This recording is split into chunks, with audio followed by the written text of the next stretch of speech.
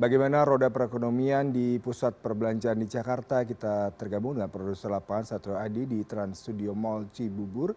Selamat pagi Satrio, meskipun baru pukul 11 ya, 10 aktivitas belum terlalu banyak di pusat perbelanjaan di sana.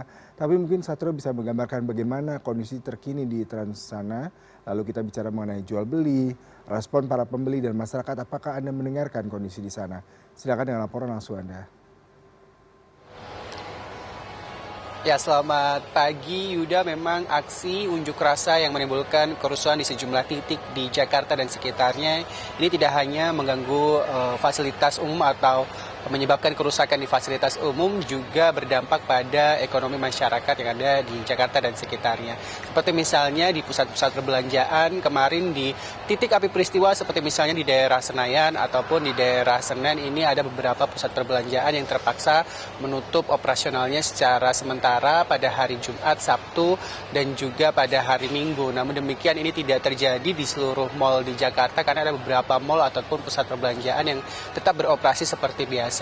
Dari Asosiasi Pusat Belanja Indonesia atau APBI, Alfonsus Wijaya menyatakan bahwa rata-rata memang di Jakarta ada kurang lebih ada 100 mal yang beroperasi. Ini ada sekitar 500 miliar rupiah perputaran uang yang terjadi setiap harinya.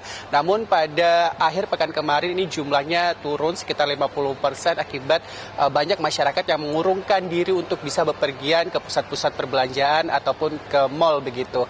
Namun demikian kami akan langsung bertanya ke salah satu pengelola mal yang ada di daerah Depok, Jawa Barat, yaitu di Trans Studio Mall Cibubur, tentang bagaimana dampak dari aksi unjuk rasa yang terjadi di Jakarta dan sekitarnya pada akhir pekan kemarin. Saya telah bersama dengan Bapak Hendrikus dari Trans Studio Mall Cibubur. Bapak, selamat pagi Pak. Selamat pagi. Pak, ini tentang aksi unjuk rasa yang terjadi di akhir pekan kemarin, apakah berdampak ke operasional dari Mall Trans Studio Mall Cibubur ini Pak? Untuk Trans Studio Mall Cibubur ini kebetulan kemarin di hari Sabtu dan Minggu yang saat di Jakarta terjadi bentrokan atau apa itu, di Trans Studio Cibubur itu kita cenderung aman karena memang sekitaran kita cenderung kondusif untuk sisi keamanan. Kemudian untuk traffic ke mall cukup bagus, jadi orang mungkin akan banyak berbelanja di Trans Studio Mall Cibubur saat itu. Jadi saat itu mah traffic mall itu cukup ramai dan tidak begitu mengganggu dengan kondisi sekitaran kita, karena memang kondisi secara umum di sekitaran Cibubur Depok cukup aman. Apakah juga ada peringatan dari asosiasi tentang operasional mal, terus juga penyesuaian yang dilakukan dari pengelola mal sendiri seperti apa? Kalau untuk dari asosiasi kita tidak ada patokan khusus jam buka operasional mal. Kita melihat situasi, perkembangan situasi terus kita pantau, dan kita terus bekerja sama dengan kepolisian, dengan TNI untuk melihat bagaimana perkembangan di sekitar kita. Tapi sejauh ini kondisi keamanan di sekitar kita cukup bagus, jadi tidak begitu berpengaruh untuk operasionalnya Trans Studio Mall Cibubur ini.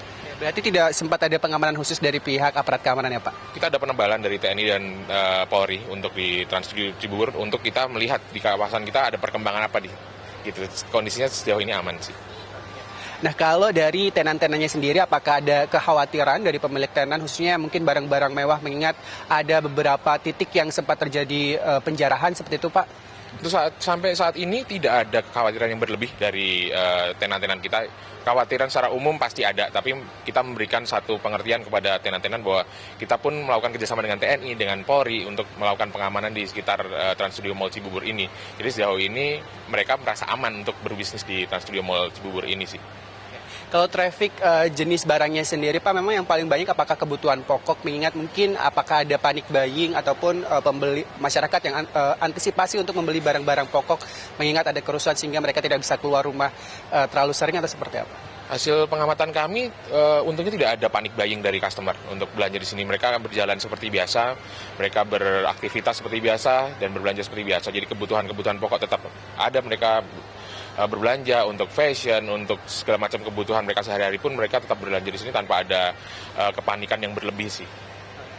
Nah, ini untuk menarik pengunjung untuk bisa datang ke mal dan merasa aman ya, merasa nyaman dengan situasi dan kondisi yang ada di Jakarta akhir-akhir ini, apa sih strateginya Pak? Kita pasti memberikan pengamanan secara khusus di dalam kondisi yang serba belum pasti ini. Jadi kita bekerja sama tadi, saya ceritakan dengan TNI, dengan Polri. Jadi saat orang datang sini merasa aman bahwa kita mendapatkan backup dari TNI, dari Polri. Kemudian kita secara tenan kita memberikan banyak promo. Kebetulan di minggu-minggu ini kita banyak promo yang kita berikan customer supaya mereka tetap belanja nyaman. Kita memberikan event-event yang menarik untuk keluarga, terutama untuk keluarga, bahwa mereka bisa merilis kepanikan atau apa di Trans Studio Mall Cibubur ini. Dan kebetulan dengan kemarin ada WFA, jadi orang datang ke mall ini cukup ramai sekali di hari Sabtu sampai dengan hari Selasa kemarin. Nah, ini untuk meningkatkan jumlah pengunjung kembali, karena kemarin di beberapa mall sempat turun gitu ya jumlah pengunjung atau trafficnya. Ini apakah ada event tertentu yang akan dilakukan di TSM ini, Pak? Ya, selain event kita ada, di minggu ini kita ada kerjasama dengan salah satu karakter kartun, kemudian kita memberikan program belanja. Jadi orang yang belanja cukup 500.000 akan mendapat hadiah langsung, belanja dengan minimal 2 juta akan mendapatkan hadiah sampai dengan mobil. Jadi kita memberikan gimmick-gimmick khusus pada customer supaya mereka tetap tertarik, supaya mereka tetap berbelanja, dan itu menjadi salah satu cara kita untuk terus memutarkan roda ekonomi kita, gitu, supaya orang tetap mau berbelanja. Kita serukan itu.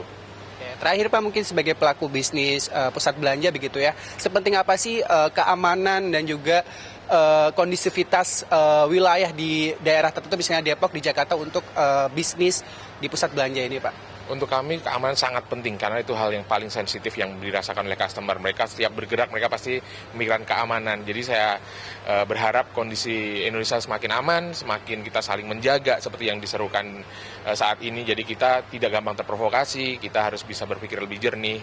Gitu. Kalau kita yang kita harapkan kita bisa saling menjagalah, Indonesia tetap bisa rukun lah. Gitu. Terima kasih banyak Pak Henrikus waktunya untuk CNN Indonesia, Pak. Ya, Yuda, memang tidak semua pusat perbelanjaan di Jakarta dan sekitarnya ini tutup pada waktu-waktu tertentu, namun juga ada beberapa pusat belanja yang ada di pinggiran Jakarta yang justru menuai keuntungan karena ada banyak sekali perkantoran yang memberlakukan work from home bagi pekerjanya, kemudian sekolah-sekolah yang juga diliburkan, sehingga memang ada beberapa masyarakat yang masih bisa berkegiatan pada akhir pekan kemarin. Namun demikian, memang secara umum kegiatan ekonomi terimbas gitu ya, terdampak dari aksi unjuk rasa di akhir pekan kemarin. Beberapa mal yang kemarin sempat ditutup pada akhir pekan, kabarnya sudah mulai buka lagi di hari Senin kemarin, sehingga memang para pengusaha ataupun asosiasi dari pusat belanja di Indonesia ini mengharapkan kondusivitas ataupun keamanan di Jakarta agar roda perekonomian ini tetap aman dan terkendali. Ya, terima kasih Satrio Adi untuk laporan langsung Anda.